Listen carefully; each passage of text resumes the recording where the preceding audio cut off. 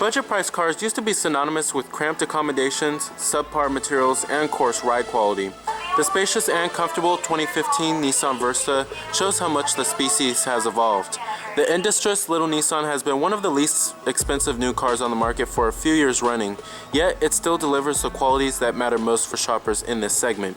So, let's go ahead and check out this 2015 Nissan Versa. Now here goes the key fob for the vehicle. You do have remote keyless entry. You'll unlock your lock to release your trunk and then your panic button. It's a pretty good looking key fob for the cheapest car in America that you can buy brand new. Now when you get on to the interior, now even though it has the price of a subcompact car, it feels as spacious as a midsize car, and that's why this thing sells so well. And it's the best-selling car in the subcompact class. Now, as far as styling goes on the vehicle, I think styling is okay. However, it's very bulbous, especially on the front end with the large halogen headlights. And then it just has a Japanese type of flavor. It has the type of flavor of a Japanese economy sedan. Now, this is the SV trim of the Versa. Does have a full-on black cloth interior, manual driver's seat adjustments. Now stepping on into the vehicle here, it's a very spacious cabin design, and it has a pretty functional interior design here. This isn't a luxury car here, so don't expect a really upscale interior. However, there are some competitors that do offer more upscale interiors.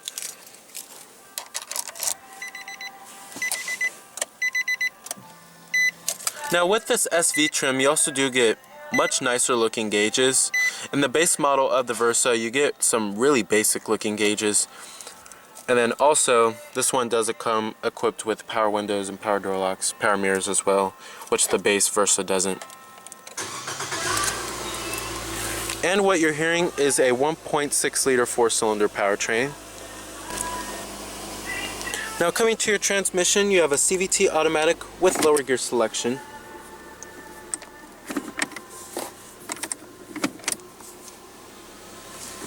And I'm going to go ahead and turn on the lights and the hazards too.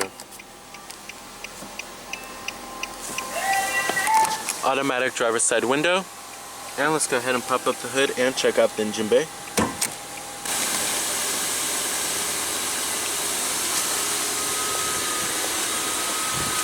Now you also do have 15-inch hubcaps, halogen headlights, and as you can see, it takes some styling cues from its larger brothers, the Altima as well as the Sentra, in terms of its grille and the overall proportions of it.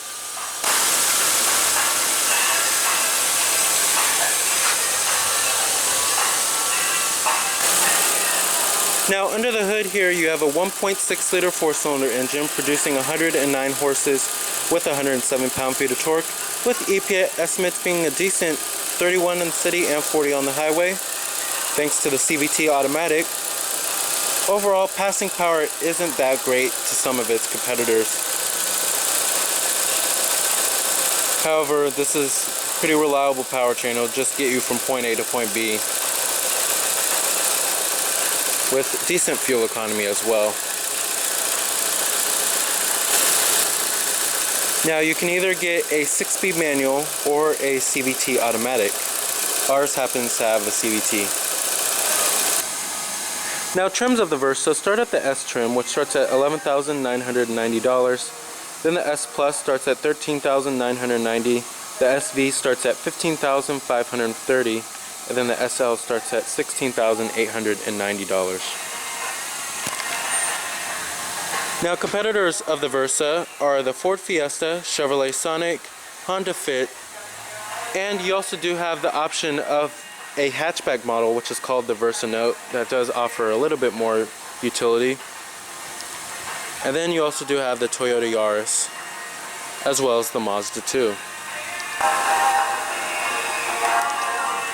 Your SV logo on the back. Rear window defroster. and a little rear spoiler at the top.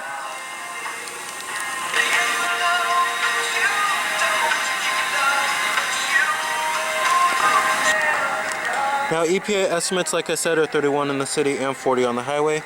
Total vehicle price is $19,070. Like I said, all your basic power necessities: power windows, power door locks, power exterior mirrors, chrome door handles on this SV trim. However, armrest is hard to the touch, but you do get the mid-door panel wrapped in cloth. And let's go ahead and rev it up.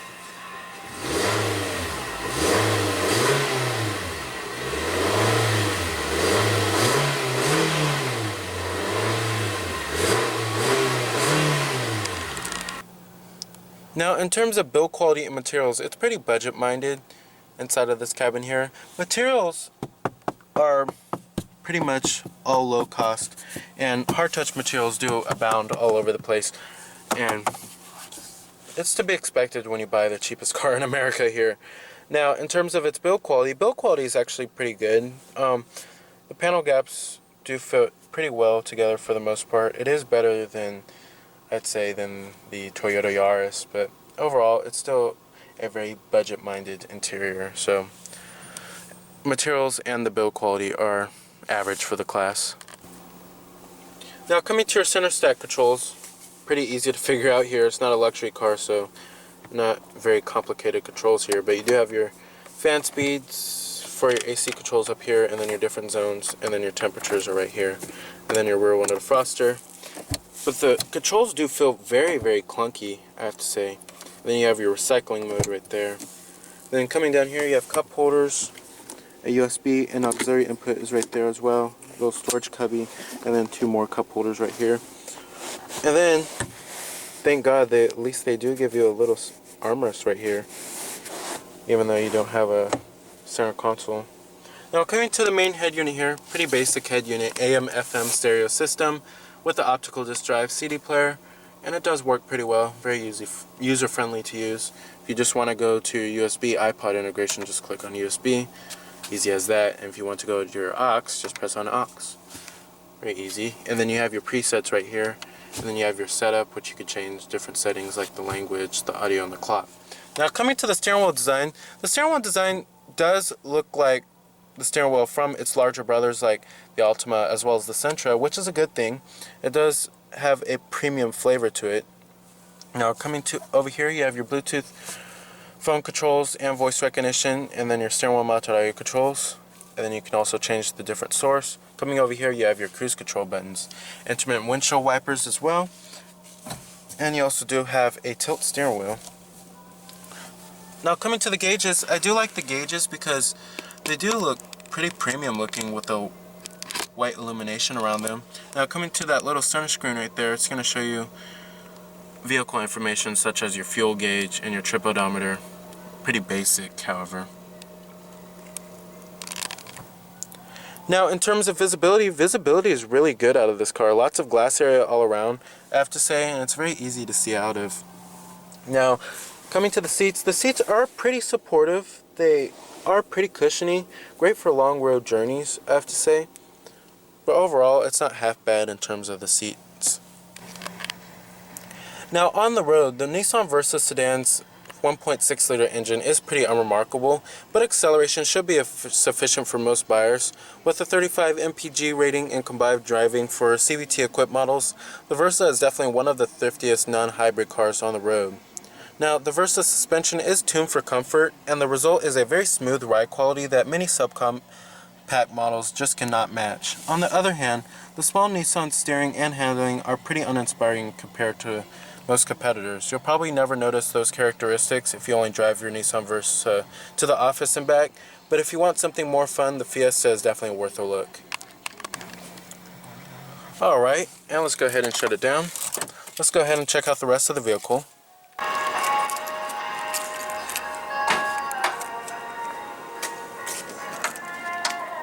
Generous amount of cargo capacity here. Lots of cargo space, I have to say. The seats also do fold 60-40 split as well. Very surprised. Now, build quality and materials do essentially follow through in the rear. Still, you have this cloth, and then hard touch armrest, and then hard touch on the upper door panel as well. But you still have chrome door handles back here. Single map pocket, no rear armrest, but it's very spacious back here. And it's almost as large as, say, as even some full-size sedans. It's probably larger than even the Ford Taurus or even the Nissan Maxima as well. This is a very comfortable back seat, I have to say. And if you're definitely looking for that, and if that's a priority, is to have a very spacious interior in a subcompact car, then this is definitely going to fit the bill. But there's really nothing subcompact about these interior dimensions. It just has the price of a compact car because it's not as well equipped as some other models like the Altima. Alright. Full manual passenger seat. Glove box.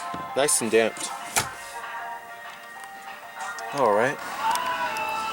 So the 2015 Nissan Versa sedan provides comfortable, spacious, and inexpensive transportation, and comes with a generous choice of available amenities. Just don't expect much in terms of personality or driver engagement. So remember that this is Cameron Birch from Cameron's Car Reviews.